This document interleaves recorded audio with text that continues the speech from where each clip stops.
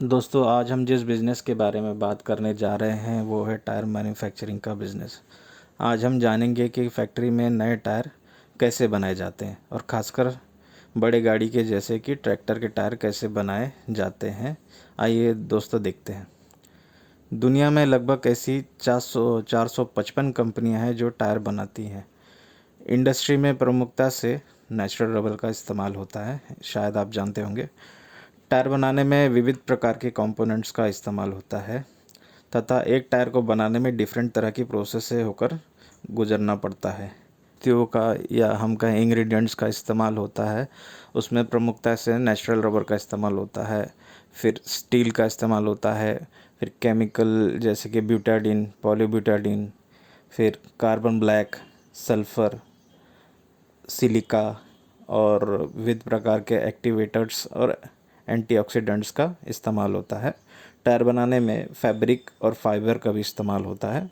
तो आज हम जानेंगे कि टायर मैन्युफैक्चरिंग प्रोसेस 5 मुख्य भागों में डिवाइड किया जाता है, जिसमें पहले आती है कंपाउंडिंग एंड मिक्सिंग। दोस्तों इस प्रोसेस में जनरली सभी केमिकल इंग्रेडिएंट्स को एक प्रॉपर फार्मूलेशन में मिक्स किया जाता है ताकि वो अच्छी तरह आपस में ब्लेंड हो सके। दूसरी प्रोसेस है कंपोनेंट प्रिपरेशन की। इस प्रोसेस में टायर के अलग अलग कंपोनेंट को तैयार किया जाता है और इस प्रोसेस को 3 पार्ट में डिवाइड किया गया है, जैसे कि कैलेंडरिंग, एक्सट्रूजन और बीड बिल्डिंग की। और फिर तीसरे पार्ट में हम जानेंगे कि टायर बिल्डिंग प्रोसेस में क्या होता है। टायर बिल्डिंग में सभी टायर कंपोनेंट्स जो पहले अलग अलग इसमें तैयार किया गया है उसको टीबीएम मतलब टायर बिल्डिंग मशीन में लाया जाता है, जिसमें सारे टायर के मटेरियल्स जो अलग अलग, जैसे उसकी साइड वॉल होती है, ऊपर की प्रोफाइल होती है जिसे हम ग्रिप बोलते हैं या बीड बोलते हैं, उसको आपस में बिल्ड किया जाता है। और फिर फाइनल होता है क्यूरिंग। क्यूरिंग प्रोसेस में आने के लिए जो ये टायर का जो तैयार हुआ है बिल्डिंग मशीन में, उसको ग्रीन टायर कहते हैं। और ग्रीन टायर को फिर मोल्ड में हाई प्रेशर में हीट दिया जाता है, जिसमें कि केमिकल रिएक्शन से रबर और बाकी केमिकल अच्छी तरह से मिल जाते हैं। मोल्ड में एक निर्धारित ट्रेड पैटर्न होता है, जो कि हम टायर के ऊपर की ग्रिप्स देखते हैं जिसे हम ट्रेड्स भी बोलते हैं। वो पैटर्न मोल्ड में बना होता है और जब वो ग्रीन टायर उसमें एक हाई प्रेशर हीट में होता है तो हमें टायर पकने के बाद में उस ट्रेड को देखने को मिलती है। और फाइनल फिनिश हम बोलेंगे कि ये आखिरी स्टेज होती है, जो फाइनल इंस्पेक्शन भी बोलते हैं। और फिर टायर का जैसे एक्सरे द्वारा, मैग्नेटिक इंडक्शन द्वारा टायर का चेकअप होता है कि टायर में कोई फॉल्ट तो नहीं है। और फिर ये सारी प्रोसेस होने के बाद में टायर सेल के लिए जाता है, और ताकि फिर बाकी हम जैसे उपभोक्ता को टायर मिल। इस वीडियो में जो आप देख रहे हैं इस मशीन को प्रेस बोलते हैं।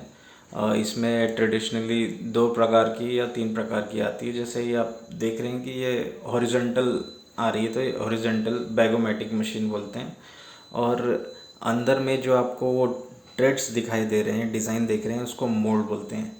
अलग अलग पैटर्न की मोल्ड्स होती हैं जो बाद में टायर बनने के बाद में उसी का रूप लेती है। आप इस वीडियो में जो देख रहे हैं, ये जो टायर बन रहा है इसे हम 14/9/28 ट्रैक्टर का टायर, जो जनरली 14/9/28 का टायर कहा जाता है।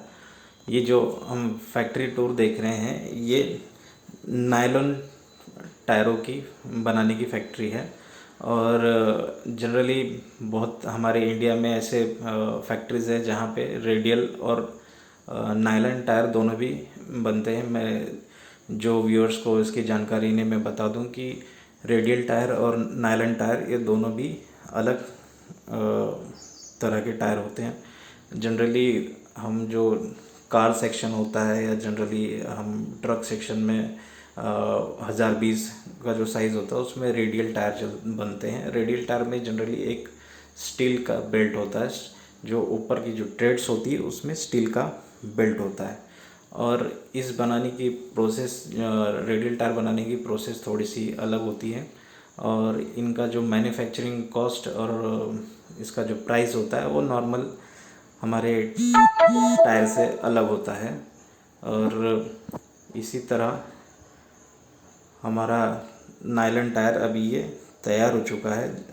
इसको प्रेस में मोल्ड में डालने के बाद में कम से कम 2 घंटे से 2.5 घंटा इसको क्यूरिंग को देना पड़ता है। और एक टायर बनने के लिए कम से कम 60 kg से 65 kg उसके प्लाई के हिसाब से रबर का यूज़ होता है। Thank you.